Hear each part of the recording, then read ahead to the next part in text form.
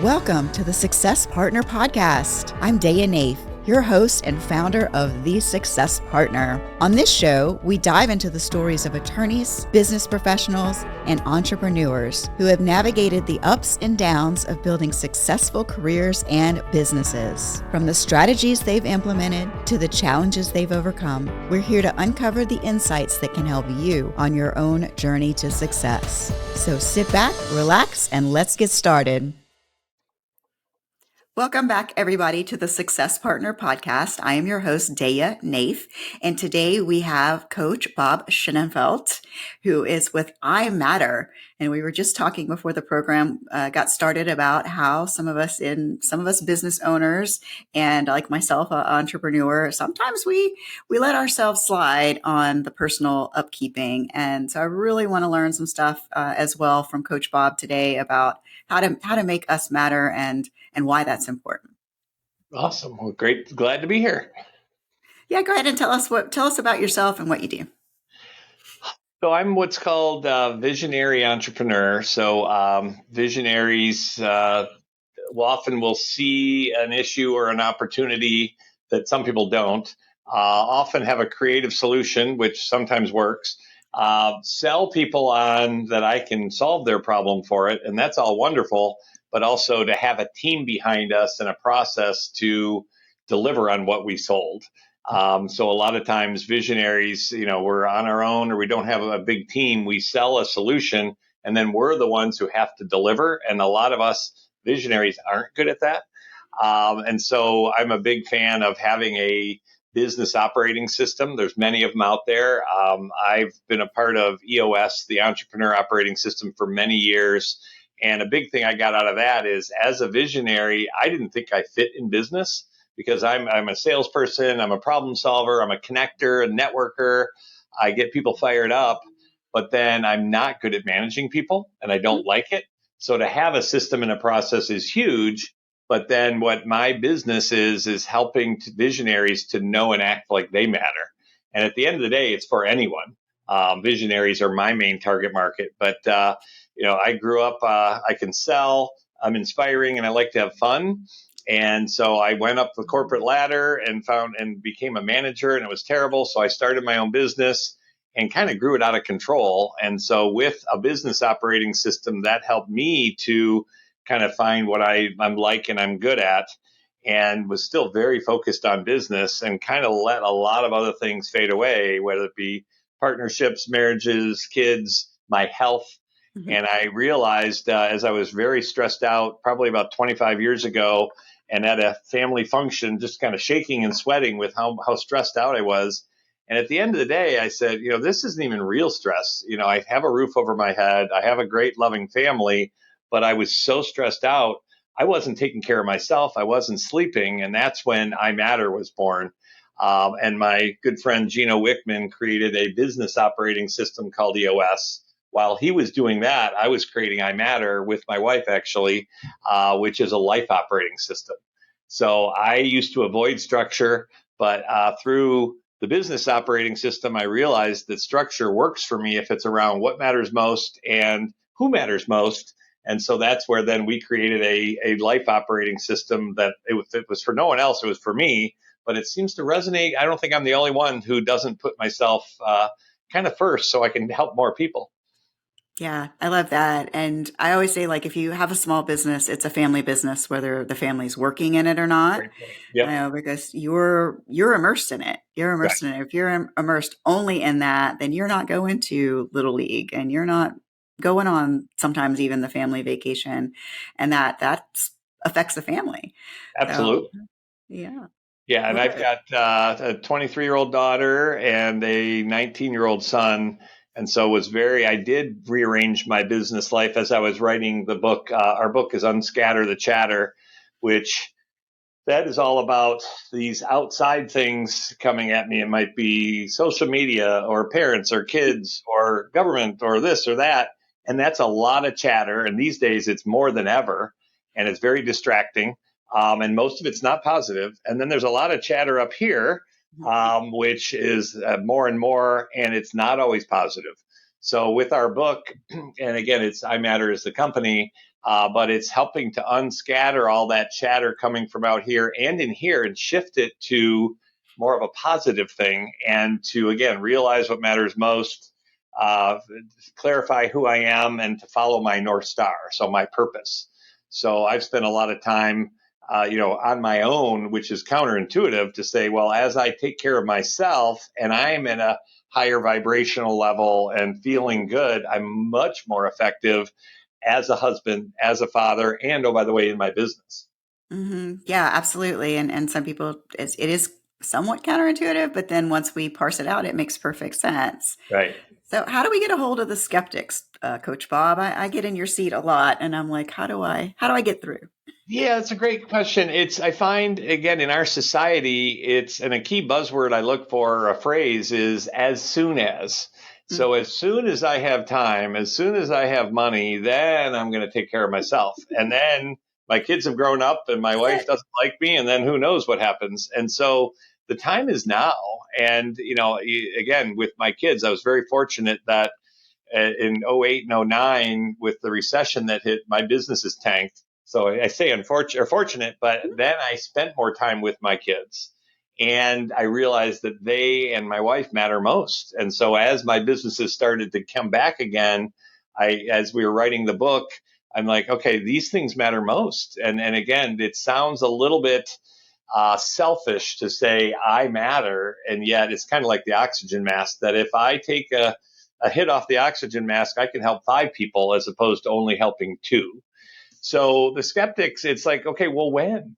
Am I going to wait until my wife leaves me, or I wait until I have a heart attack? And I did have a stroke 3 years ago, 3.5 years ago, and fortunately, it wasn't too severe. And with the help of a natural homeopathic remedies, I healed pretty quickly and regrouped. But it can happen any day. I mean, we can have a heart attack, we can have that. And so another thing that really helped me was the concept of be, do, have. Mhm. So to be in person, be present, be in love, be in the moment, be impactful, and then to do the things that I love and I'm great, I then have the things I want. And here in our society, it's that, again, this is the have. As soon as I have time, as soon as I have money, well, when do we ever have enough? And so then the other things, and what I put out to the universe, I get back. So if I'm putting out wanting, and as soon as, well, then the universe is like, well, Bob's not ready. But Not when I ready. start to be present and be with you, and really listen to what you're saying, and you feel heard, then we're creating a bond and a trust. And so it's really that be, do, have concept that helped me. So I'm pretty good at that. But if I'm stressed, I have a hard time being in the moment. So one of the things that we talk about in I Matter in our book is to think, act, be. So I can usually think no matter if I'm stressed out or not. So it's just make time. And this, again, is somewhat counterintuitive, because if I spend a half hour each morning just journaling and listening and taking a jacuzzi or going for a walk, it's like, well, how is that going to make me more productive? But if I actually raise my energy level and my vibration, and I'm feeling good, and I'm just not in my head, and I'm more in my heart and connected, I'm way more productive. So it's not just a woo-hoo, feel good, woo-woo thing. It literally helps me to be more productive when I make time for myself to start my day. Yeah, absolutely. I mean, I'm totally with you. And of course, our culture loves that workaholism. Yeah. Well, and I mean, and as you mentioned, entrepreneurs and visionaries. Dr. Doug Brackman wrote a book called Driven, and he's a psychologist, and he says about 8% of us have a different gene. And so we are very driven, but also part of it's an imposter syndrome, where I'm still trying to prove myself that, oh, does my wife think I'm great? And do my clients think? And so we have that going. And then also just habits. When I started my business, I did everything for 18 hours a day, and it's hard to slow down. And so Mhm. that's where I think with community, and I have a peer group with visionaries called the Visionary Forum. With my wife and my kids, we talk a lot about in my growing up, I blew off emotions and we shoved them down, and everything Mhm. was great. And that's a good defense mechanism. But I was shoving down not only negative emotions, but also positive emotions. So Mhm. I've been learning to slow down and say, okay, I'm sad and it's okay. Or I'm angry and it's okay. And if I have an outlet for that, and whether that's on my own or with a trusted, safe space, then I elevate to higher emotion if I actually let that go. So it's again, I think with the exaggerated amount of distractions coming at us, and it's amazing. Mhm. I needed a tool and a commitment and a peer group to help me to say, hey, I matter, and so do you, and a safe space to share those emotions. Yeah, absolutely. I think the tide is turning toward that. Yes. As we've become more connected slash disconnected. Right. So Right. we have 11,000 friends, but are we actually connected to anyone? Right. No, for sure. And this, again, I don't know if this will lure in any of your audience because it's a little bit out there, but literally just we've been in such a masculine society for the last couple hundred years, and we probably needed that. So we're going to muscle our way through it. And even with this lockdown that we had a couple years ago, I don't know about you, but here in Michigan, we got locked down hard. It was Mhm. unbelievable. And I feel that people are like, no, that's not how I want to live my life. I want to be able to love one another and hug my mom and not be afraid of whatever might be out there. And if I'm not feeling well, I'm going to stay home. I don't want to infect anyone. But I feel like, as Jim Collins talks about, the enemy of great is good. And we had it Mhm. really good. Then it was really bad for a while. And now society, like you said, I think it's shifting that people are like, I don't want to go back to good. I want to go to great. And that's Mhm. where I am having a great relationship with my wife. And she's looking forward to me coming home. And I'm present with my kids and I'm taking care of my health. And oh, by the way, then things flow easier with my business. Yeah, so we've had great disruptors. Like you said, it's like things were good, and then we had the pandemic, and then now we have a lot of technology going around that's supposed to make our lives easier, but then it can become quickly overwhelming, and so like even more. Yeah, I know. That's, Yeah, that's the virus. I mean, it's great, but it can also take over. yeah, the anthropologists say it's already a part of us. Yeah, It's like us finding fire or an animal that starts using a tool. Like we are the animal, and we right, are now using this tool, and we won't live without it. right, So yeah, it's interesting. So like how to use that? I mean, we're humans. We make great things to make our lives easier, but then how does it keep us? How do we keep our humanity while we are being more productive, as it right, were? right. Yeah. Well, and I Um, mentioned I had a car accident years ago, which I thought maybe I wasn't going to make it, and then I had this stroke a while ago, and someone asked me that can you have that breakthrough spiritually if you don't have a near death experience, and I think one can. And one exercise that I like to go through and take people through is the eulogy exercise. So one is how, if I were to pass away, how would I be remembered? And when I went through this years ago, it's like, he's fun, he had energy, pretty good at business, and okay, cool. And it's like, how do I want to be remembered? And it's a great father, a great husband. When he was around, I felt heard and seen, and he really acted, and I really noticed that he cared, and he had a spiritual connection. So when I bashed those two together to say, am I acting like the first eulogy or the second? And so that was a huge breakthrough for me. That it was like, okay, well, why not act? Be my legacy today, as opposed to as soon as I put 10 million in the bank, then I'm going to make a difference in the world. Totally. I had this same experience. I had a car accident that was very traumatic, extremely traumatic, and had to take several months off of work. And first time I'd stopped the grind, like, Right, ever the next achievement in my life. And didn't realize how like perfect my life had looked and yet was a lot of dysfunction, right, under the surface. And so yeah, it's tough to get out of the good life to look and say, hey, wait a minute, there could be an optimum or a more productive or a more impactful. I could be making more of a change in the world. right. Well, and one other thing I would throw out there, as far as the skeptics are concerned, I think most humans, if not all, we have an internal chatter going on. And Mhm. so to start to recognize that there is a voice saying, why does he have a shirt like that? And what does this mean? And boy, he talks fast. To listen to that chatter and realize that I have chatter, and is it representing my heart?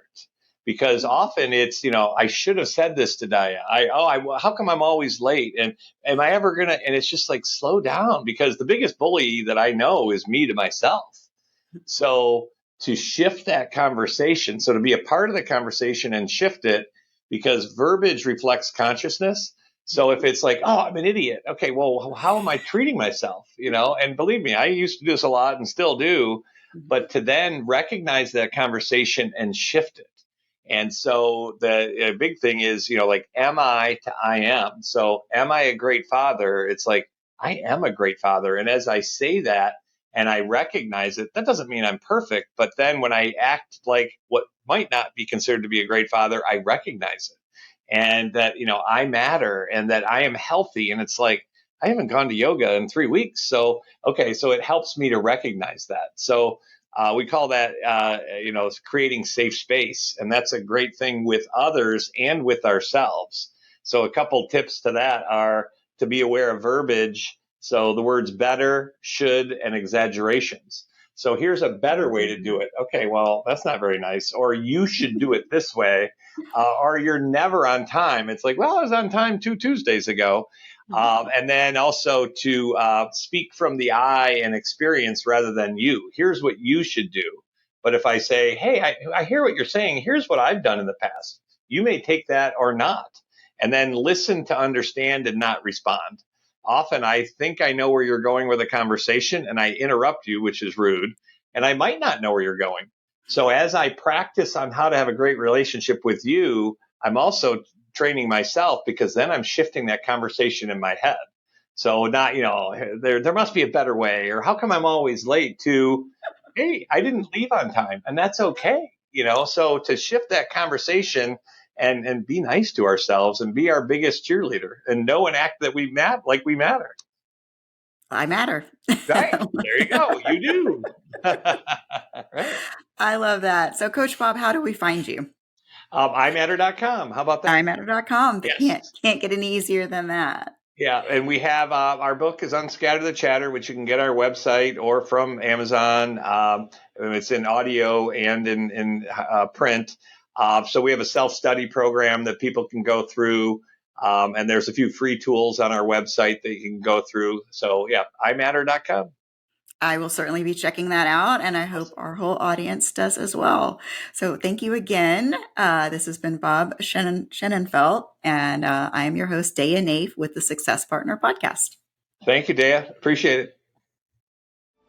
Thank you for joining us on the Success Partner Podcast. I hope you enjoyed today's conversation and found some valuable takeaways to apply to your own business journey. Remember, this show is brought to you by The Success Partner, where we help small law firms and business owners achieve unparalleled success through strategic guidance, operational excellence, and effective marketing. If you're ready to take your business to the next level, visit thesuccesspartner.net to learn more.